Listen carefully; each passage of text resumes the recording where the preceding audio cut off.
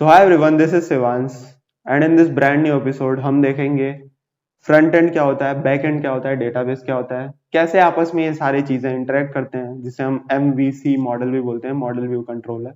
बाद में आएंगे उस पर उसके पहले एक एक चीज बेसिक से डिस्कस करेंगे। जब भी आप एक साइट को हिट करते हो रिक्वेस्ट, तो एक्चुअल में बैकग्राउंड में क्या होता है वो देखेंगे हम। ठीक है। सो बहुत बेसिक होगी, बहुत एडवांस भी होगी, क्योंकि जिसको बेसिक नहीं पता वो एडवांस है ही नहीं एक तरह से। ठीक है। So basic is the key for being an advance. So हम आज बेसिक बेसिक सी चीजें देखेंगे। बेसिक नहीं, और भी चीजें बहुत सारी सीख जाओगे आप।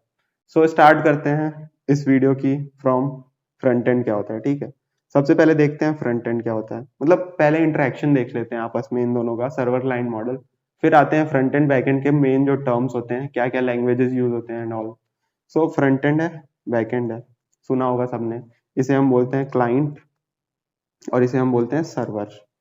अब देखो, स्टार्ट क्या होता है जब आप फोन पे या अपने कंप्यूटर के पीसी पे रिक्वेस्ट करते हो www.google.com लेट से। तो एक्चुअल में हम क्या करते हैं, रिक्वेस्ट करते हैं कि मुझे गूगल का फ्रंट पेज दे दो। तो ये रिक्वेस्ट जाती है हमारी डीएनएस के पास। हमने सारी चीजें वैसे डिस्कस कर रखी हैं पिछले वीडियो में, आप चैनल पे चेकआउट कर सकते हो।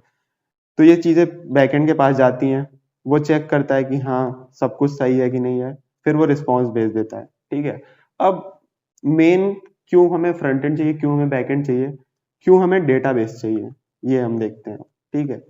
अब एक एक करके डिस्कस करते हैं। देखो, सबसे पहले आपने रिक्वेस्ट मारी। सो यहाँ पे आपको कुछ चीज दिखी, मान लो इंस्टाग्राम लेके चलते हैं एग्जांपल इंस्टाग्राम का, और अच्छे से समझ में आएगा। तो आपने इंस्टाग्राम पे लॉगिन और साइन अप किया। लॉगिन में अपना यूजर नेम डाला और फिर उसके बाद से पासवर्ड डाला। सो एक्चुअल में कैसे पता कि इसको आपको चैट्स दिखानी है आपकी, या फिर आपका फीड जो है वो यहाँ पे शो कर देना है? कैसे पता? कोई और भी तो गलत पासवर्ड डाल के मेरा इंस्टाग्राम सब कुछ चेक कर सकता है। सो क्या होता है ना एक्चुअल में, कि जब भी आप अपना यूजर नेम और पासवर्ड डालते हो, so it goes to backend. Backend क्या करता है, ये चेक करता है। इसमें लॉजिक लिखे होते हैं कि यूजर नेम ये है, पासवर्ड ये है।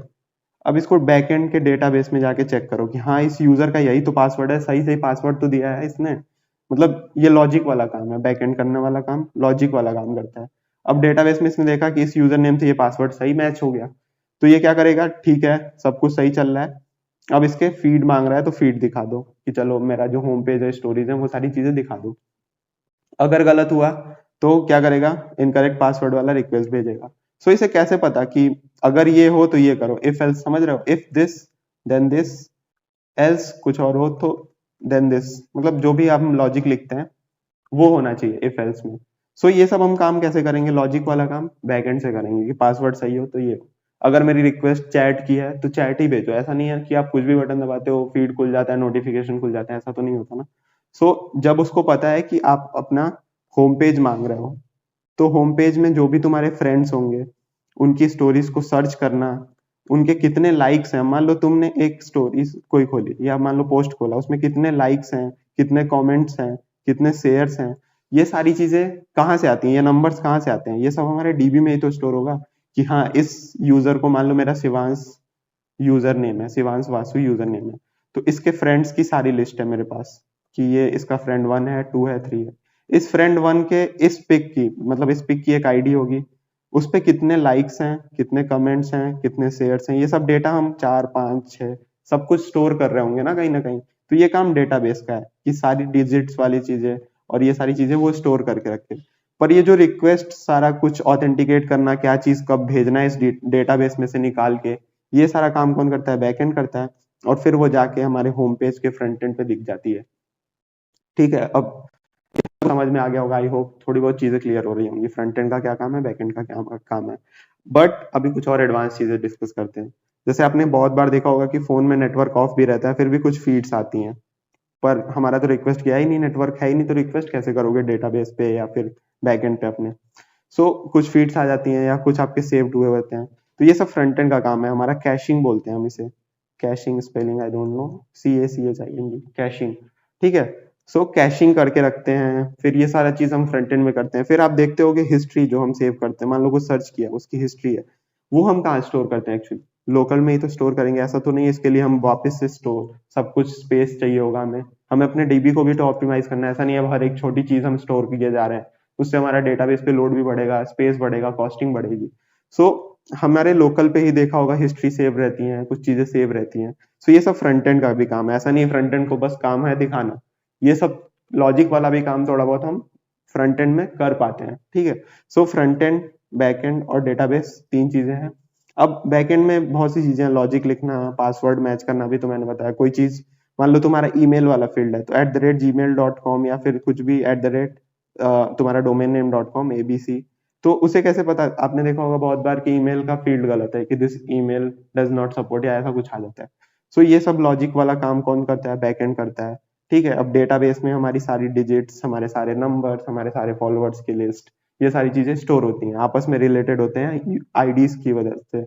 आईडीज हो गई, यूजर आईडी, यूयू आईडीज बोलते हैं, यूआईडीज बोलते हैं, बहुत सी चीजें होती है, टर्म्स होती है, फॉरेन कीज, लाइक ये सारी चीजें होती हैं। तो आप इनसे एक दूसरे टेबल्स को कनेक्ट कर सकते हो कि हाँ इस यूजर का ये फोटोज वाला टेबल है, ये इसके फ्रेंड्स के लिस्ट का टेबल है।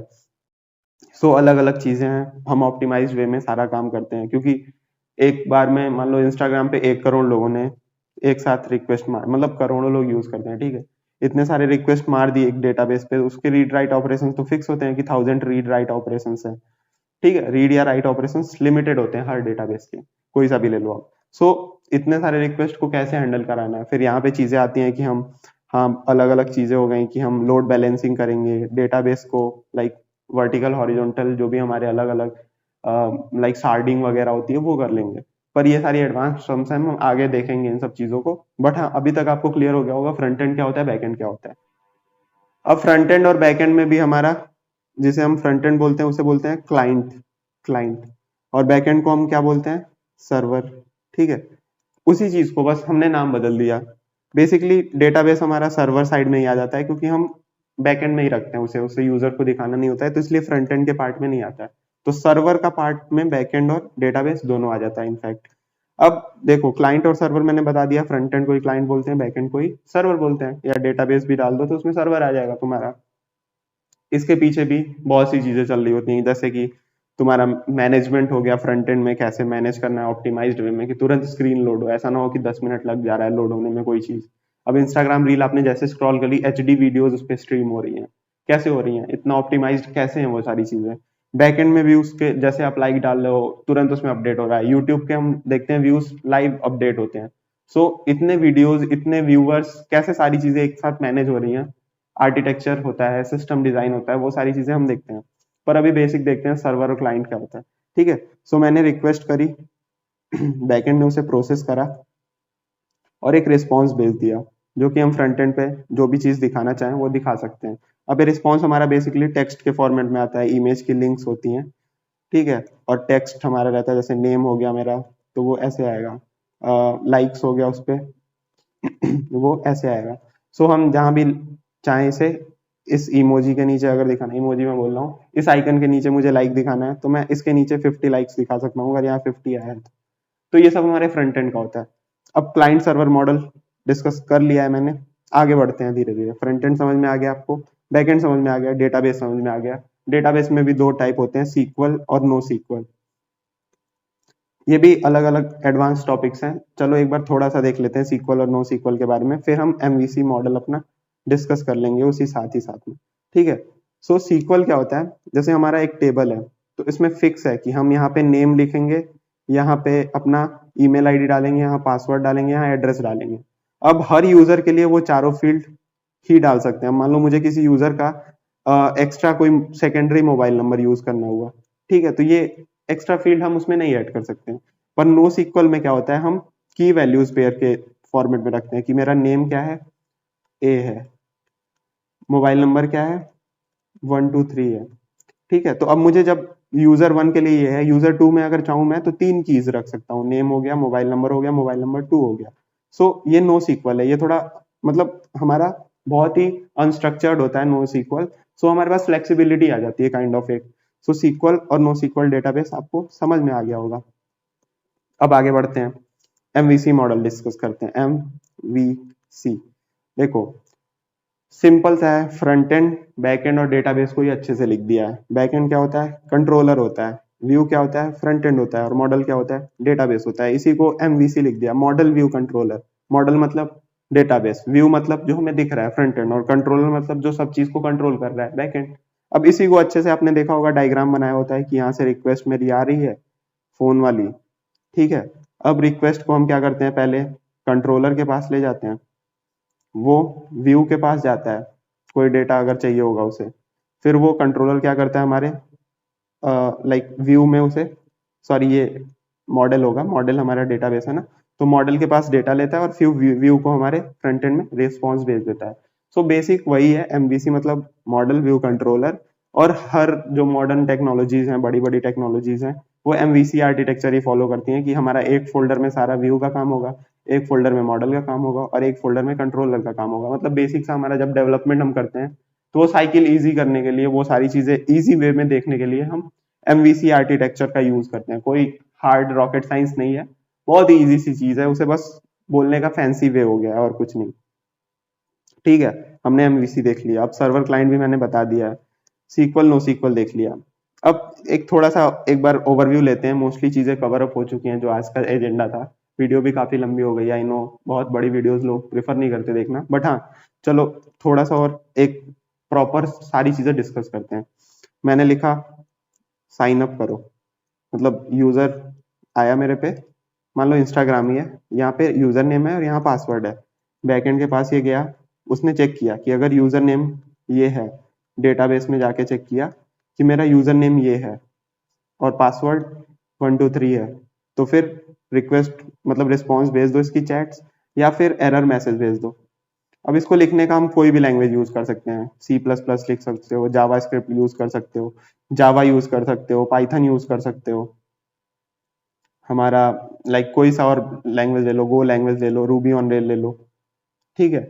फ्रंट एंड में दिखाने के लिए मैं क्या यूज कर सकता हूँ, HTML CSS जावा स्क्रिप्ट हो गया, मेरा रिएक्ट हो गया, मेरा एंगुलर हो गया, व्यू हो गया, व्यू जेएस। सो बस अब देखो तुम्हें मेन क्या है, सारी चीजें सेम तरीके से काम करती हैं। तुम्हें इफ एल्स का लॉजिक इसमें भी लिख सकते हो, इफ इसमें भी लिख सकते हो, इसमें भी लिख सकते हो, पर बस लिखने का तुम्हें लैंग्वेज है, जैसे तुम बात सेम ही करते हो पर लैंग्वेज बदल दो, हिंदी में बोलो इंग्लिश में बोलो, बात तो सेम ही बोल रहे हो ना, कि चले जाओ यहाँ से, go from here, same sense है बट लैंग्वेज अलग है। सेम गोज फॉर ईयर, तुम कुछ भी लैंग्वेज यूज कर सकते हो, जो भी कंपनी होती है अपनी फ्रेमवर्क यूज करती है, जैसे मेरा कोडिंग निंजास में भी मैं सॉफ्टवेयर डेवलपर हूँ, तो यहाँ पे रूबी ऑन रेल्स यूज होती है, ठीक है। गोलैंग यूज होती है कहीं पे जावा यूज होती है, जावा स्क्रिप्ट अभी बहुत पॉपुलर है और मोस्ट प्रोबेबली इस सीरीज में हम जावा स्क्रिप्ट ले जाएंगे, बल्कि ये सारी ले जाएंगे, टेंशन मत लो तुम। अब इनके अपने अपने फ्रेमवर्क बन रखे हैं, जैसे पाइथन में हमारा जेंगो बन रखा हो, अगर आपने सुना हो तो, जेंगो सुना हो तो। जावा स्क्रिप्ट में मेरा एक्सप्रेस या नोड सुना हो आपने, एक्सप्रेस या नोड जेएस, ठीक है। रूबी में रेल्स होता है, रेल्स, रूबी ऑन रेल्स। ऐसे ही जावा में स्प्रिंग बूट होता है, स्प्रिंग बूट। सो हर एक लैंग्वेज का अपना एक मतलब फ्रेमवर्क बन रखा हुआ है। मतलब क्या है फ्रेमवर्क, इसी कोड को इजी वे में लिख रखा है कि तुम्हें रिक्वेस्ट लेना है तो REQ लिख के रिक्वेस्ट यूज कर सकते हो। आगे जब आप करोगे कोड इन सब लैंग्वेजेस में तो आपको इजीली समझ में आ जाएगा। पर हाँ, इन्हीं लैंग्वेजेस को अगर आपको यूज करना है तो आप ये फ्रेमवर्क्स यूज कर सकते हैं, जिससे आप बहुत इजीली इन सब चीजों को, रिक्वेस्ट रिस्पॉन्स को हैंडल कर सकते हैं। ऐसे भी कर सकते हो आप, पूरा का पूरा सब कुछ कोड ही किसी ने किया है, पर जब पहले से कर रखा है then why to reinvent the wheels. So ऐसे हम एक कोई लैंग्वेज उठा सकते हैं। Same goes with front end as well, तुम HTML CSS जावास्क्रिप्ट से पूरी साइट बना सकते हो, बट क्या फायदा एक ही चीज को बार बार लिखने के लिए, रिएक्ट यूज कर लो, एक कंपोनेंट को दोबारा यूज कर लो। और भी ज्यादा चीज अगर तुम्हें फ्रंट एंड में करनी है, जैसे स्टोर वगैरह सारी चीजें इंप्लीमेंट करके आए, राउटिंग इंप्लीमेंट करके आए, तो एंगुलर यूज कर लो। अब मैं एक एक टर्म यूज कर रहा हूँ, ये सब हम जब एक एक चीज डिस्कस करेंगे अलग अलग, उसमें हम डिस्कस कर लेंगे, ठीक है। पर अभी के लिए आई होप इतना क्लियर हो गया होगा कि ये फ्रंट एंड है, कोई भी लैंग्वेज में बैक एंड लिख सकता हूँ, और डेटाबेस भी मेरा सेम जाता है, जैसे मैंने बताया ना, सीक्वल और नो सीक्वल।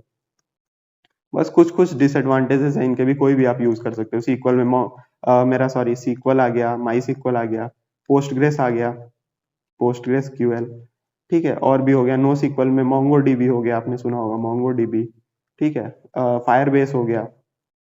सो ये अलग अलग डेटाबेस भी अपने अपने यूज केस पे है कि आप कोई सा भी एक उठा लो इसमें से फ्रंट एंड के लिए, कोई सा भी एक उठा लो आप बैक एंड के लिए, और कोई सा भी एक डेटाबेस उठा लो। अब मैंने जो जो कलर किया है उसे ही बोलते हैं मर्न, मोंगो, एक्सप्रेस, रिएक्ट और नोड। जैसे यहाँ पे रिएक्ट और नोड लिखा है, मोंगो और एक्सप्रेस रिएक्ट, ठीक है। सो मर्न स्टैक आपने बहुत सुना होगा, मर्न स्टैक। सो यही है मर्न स्टैक। एक हमारा फ्रंट एंड है, एक बैक एंड है, एक डेटाबेस है और एक इंजन है जिसपे सारी चीज कंपाइल हो रही है, जो हमारा Node.js है। ठीक है, सो बेसिक सारी चीजें ऐसे ही वर्क करती हैं, वेबसाइट ऐसे ही काम करता है। एक फ्रंट एंड, एक बैक एंड, एक डेटाबेस चाहिए होता है। बैक एंड के लॉजिक हम कोई भी लैंग्वेज में लिख लें, फ्रंट एंड का कुछ भी कोई भी लॉजिक लिख लें, बस दिखाना ही तो है जो हमारे पास डेटा आ रहा है। पर मोर ऑप्टिमाइज, जल्दी किससे काम हो जा रहा है, क्या आपके यूज केस है।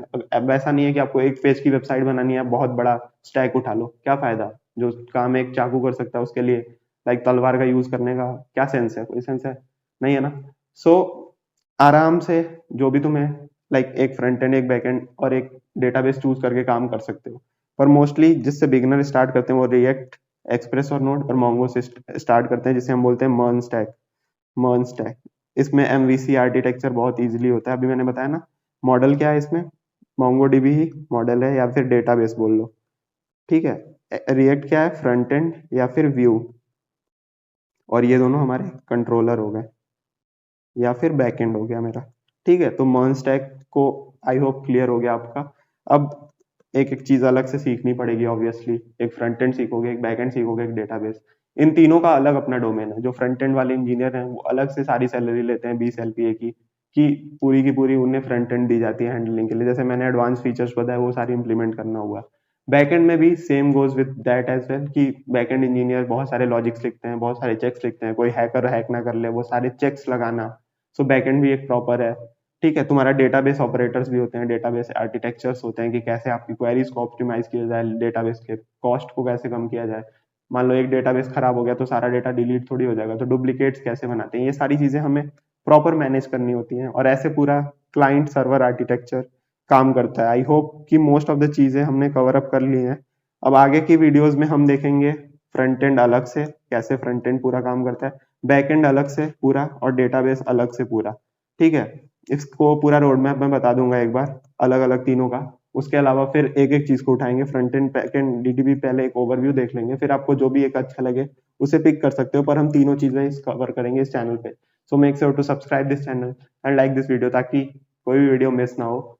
अभी तक आप अगर देख रहे हो तो आई होप ये वीडियो हेल्पफुल रही होगी, और आने वाली वीडियोस और भी ज्यादा हेल्पफुल होंगी, क्योंकि और भी कंटेंट क्वालिटी इंप्रूव होगी।